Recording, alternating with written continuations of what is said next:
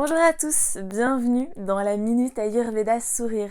Aujourd'hui, nous allons parler d'un sujet extrêmement vaste, très riche et absolument fondamental en Ayurveda, c'est l'alimentation. Alors, nous allons survoler bien évidemment ce sujet puisqu'il faudrait des heures pour pouvoir en parler, on pourrait écrire des livres entiers dessus. Si vous souhaitez approfondir, vous pourrez bien sûr le faire avec mon livre qui a toute une partie en fait qui y est consacrée. Alors l'alimentation, elle est absolument fondamentale en Ayurveda. Pourquoi ? Puisque déjà, elle construit le corps, elle le maintient et elle peut également le détruire. En Ayurveda, on considère que tout dans la nature, toute substance peut être un poison ou un remède selon la façon dont on l'utilise. Donc en réalité, il n'y a rien de vraiment interdit, mais il y a quelques règles à suivre puisqu'il y a des choses en fait qui sont bénéfiques pour tout le monde. Et c'est ce qu'on va voir aujourd'hui dans cette vidéo. Alors déjà, en Ayurveda, on mange évidemment en fonction de sa constitution, donc sa prakriti, et de ses déséquilibres, ses vikriti. On mange également en fonction de son histoire personnelle, puisque tout au long de votre vie, vous avez développé des habitudes alimentaires et qu'elles ont eu un impact sur qui vous êtes, sur la personne que vous êtes aujourd'hui. Donc il faudra en tenir compte. L'Ayurveda préconise évidemment de manger de saison. Pourquoi je dis évidemment ? C'est parce que je vous rappelle que nous sommes un microcosme dans un macrocosme. Donc comme nous sommes toujours reliés à la nature et que nous sommes le reflet parfait de l'univers, nous devons en fait aller dans le même sens que l'univers. Donc la nature va nous apporter à chaque saison exactement ce qu'il faut pour nous. Elle a une intelligence incroyable et elle sait exactement ce qu'elle fait. Donc manger bio, de saison et local. Pourquoi je dis bio ? Parce qu'en fait, la nourriture bio est de la nourriture vivante. Alors ça peut être de l'agriculture raisonnée. Ce que j'entends par là, c'est que c'est pas de la nourriture qui aura été transformée avec quelque chose de chimique, qui aura été polluée en tout cas.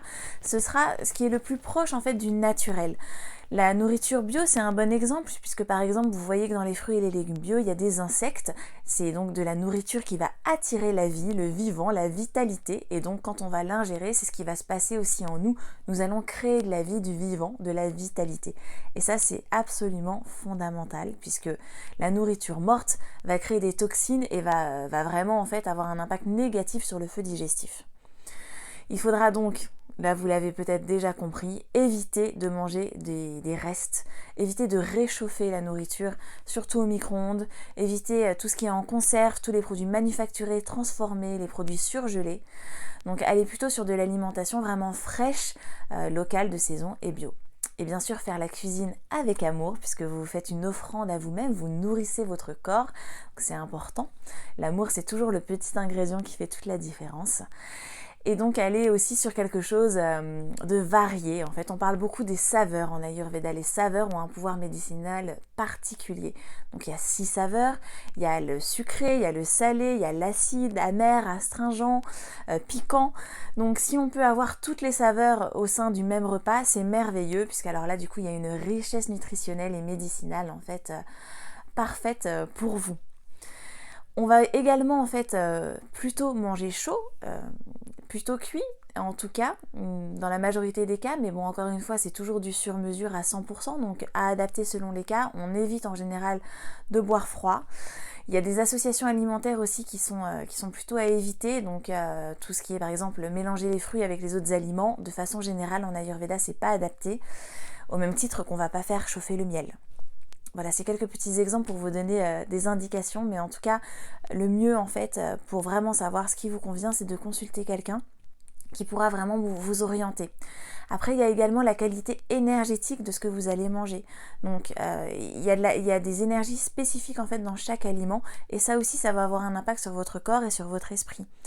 Il y a les conditions dans lesquelles vous allez manger. Donc c'est très important en fait de se poser, de manger en conscience, de prendre le temps, d'observer ce qu'on a dans son assiette, d'être là vraiment présent pour soi et de ne pas être perturbé par exemple par plein d'éléments divertissants, des éléments extérieurs comme la télévision ou la radio, surtout quand c'est pour entendre ou regarder des choses tristes ou des mauvaises nouvelles, puisque ça aussi vous allez l'ingérer et ça aura un impact direct sur votre organisme.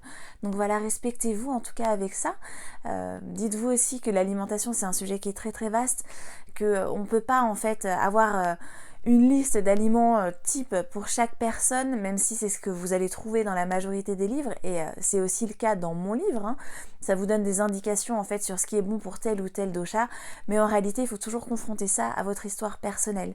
Si jamais vous restez en fait juste sur des écrits, en fait vous êtes vraiment en surface et là c'est de la cosmétique en fait, vous rentrez pas vraiment dans la richesse et le pouvoir de l'alimentation en Ayurveda.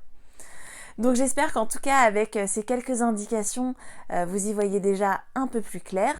Et j'espère aussi que ça vous a donné envie d'approfondir. Il y a aussi quelque chose que j'ai pas précisé, c'est la quantité, évidemment. Il faut aussi adapter les quantités en fonction de notre corps. Et donc c'est ça aussi manger en conscience, c'est savoir s'écouter, savoir dire stop quand on est plein. Et savoir aussi attendre avant de recommencer à manger, attendre que le corps ait déjà digéré en fait ce qu'il a ingéré à l'autre repas, au repas précédent. Je vous remercie beaucoup pour votre attention. Si vous avez aimé cette vidéo, likez-la, commentez-la, partagez-la. Surtout, abonnez-vous aussi à ma chaîne YouTube si vous ne voulez rien rater des prochaines. Je vous dis à très bientôt pour la prochaine Minute Ayurveda Sourire et je vous remercie pour votre attention.